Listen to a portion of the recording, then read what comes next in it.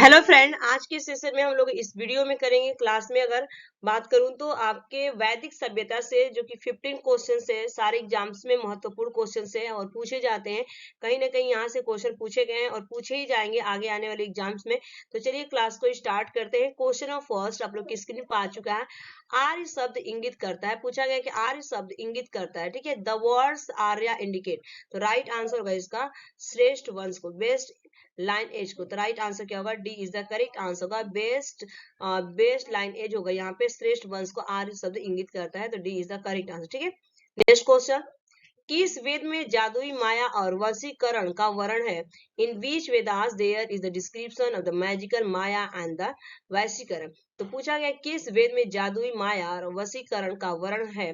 तो right answer हो जाएगा इसका D is the correct answer होगा। अथर्ववेद में किया गया। ठीक है, Atharvaveda, D is the correct answer होगा अथर्ववेद। ठीक है, 4 वेद थे हमारे तो अथर्ववेद में। Next question. ऋग्वेद के किन 6 मंडलों को वंश मंडल या गोत्र मंडल कहा जाता है? ऋग्वेद के किन 6 मंडलों को वंश मंडल या गोत्र मंडल कहा जाता है? तो आप भी आंसर बताइए, इस क्वेश्चन का राइट आंसर क्या होगा? आप लोग के सामने क्वेश्चन नंबर 3 है। Which 6 the divisions of the Rigved are called the वंश मंडल या गोत्र मंडल? ऑप्शन इसका राइट आंसर हो जाएगा इस क्वेश्चन का A is the correct answer. Secondary मंडल से 7वें मंडल तक। ठीक है, सेकेंड मंडल से 7वें मंडल को कहा जाता है। ठीक है, तो राइट आंसर है। Next question. ऋग्वेद में कुल कितने मंडल है? How many mandals are there in the Rigveda? Rigveda में कुल कितने मंडल है? How many mandals are there in Rigveda? तो राइट आंसर हो जाएगा इसका 10 है। आपके राइट आंसर क्या होगा? D is the correct answer 10। ठीक है, नेक्स्ट क्वेश्चन। सभा और समिति प्रजापति की 2 पुत्रियां थी का उल्लेख किस वेद में मिलता है? The mention of the sabha and samiti were 2 daughters of the Prajapati is found in which Vedas? तो पूछा गया सभा और समिति प्रजापति की 2 पुत्रियां थी का उल्लेख किस वेद में मिलता है? तो राइट आंसर हो जाएगा अथर्ववेद में मिलता है, इन अथर्ववेद। ठीक है, इन अथर्ववेदा। राइट आंसर होगा इस क्वेश्चन का D is the correct answer. Next question. कौन सा वेद अंशतः गद्य रूप से भी रचित है?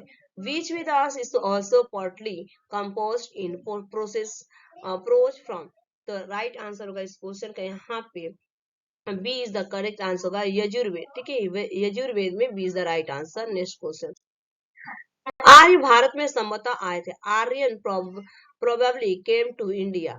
आर्य भारत में संभवतः आए थे। मोस्ट इंपोर्टेंट क्वेश्चन है, तो इस क्वेश्चन का जो राइट आंसर होगा आपका यहाँ पे, तो इस क्वेश्चन का राइट आंसर होगा मध्य एशिया से आए थे। From central Asia is the right answer होगा। B is the correct answer, मध्य Asia, from central Asia. Next question.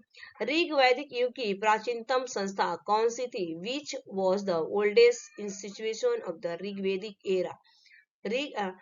ऋग वैदिक युग की प्राचीनतम संस्था कौन सी थी? तो राइट आंसर इस क्वेश्चन का हो जाएगा यहाँ पे C is the correct answer, विथ हो जाएगा, विथ। ठीक है, C is the right answer, विथ। Next question. अनुलोम विवाह का अर्थ क्या है? Meaning of the anulom marriage. अनुलोम विवाह का अर्थ पूछा गया है, क्या है? तो राइट आंसर होगा इस क्वेश्चन का यहाँ पे ए इज द करेक्ट आंसर होगा। उच्च वर्ण पुरुष का निम्न वर्ण नारी के साथ विवाह। ठीक है, marriage of the higher varna man with the lower varna woman. ठीक है, A is the right answer. Next question. गोत्र व्यवस्था प्रचलन में कब आई? गोत्र व्यवस्था प्रचलन में कब आई? When did the system come into the rope?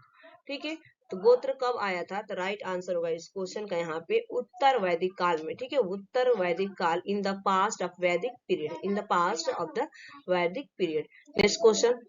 ब्राह्मण ग्रंथों में सर्वाधिक प्राचीन कौन है?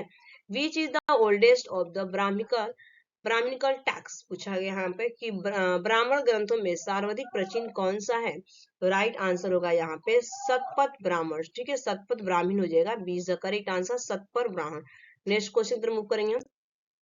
प्रतिलोम विवाह तब माना जाता था। प्रतिलोम विवाह तब माना जाता था। प्रतिलोमा मैरिज वॉज कंसिडर्ड डेट। प्रतिलोम विवाह तब माना जाता था। तो इस क्वेश्चन का जो राइट आंसर होगा B is the correct answer होगा जब उच्च वर्ग की नारी निम्न वर्ग के पुरुष के साथ विवाह कर लेती है। ठीक है, उच्च वर्ग की नारी जो होती है ना, निम्न वर्ग के पुरुष के साथ विवाह कर लेती है, तो प्रतिलोम विवाह माना जाता था। तो राइट आंसर क्या होगा? बी। ठीक है, B is the correct answer. Next question.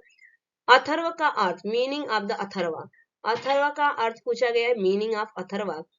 तो राइट आंसर होगा इस क्वेश्चन का पवित्र जादू। ठीक है, पवित्र जादू, scared magic. Scared magic means क्या होता है? पवित्र जादू। इस अथर्व का जो मीनिंग होता है पवित्र जादू होता है, जादू टोना जो कराया जाता है, लेकिन वो पवित्र है।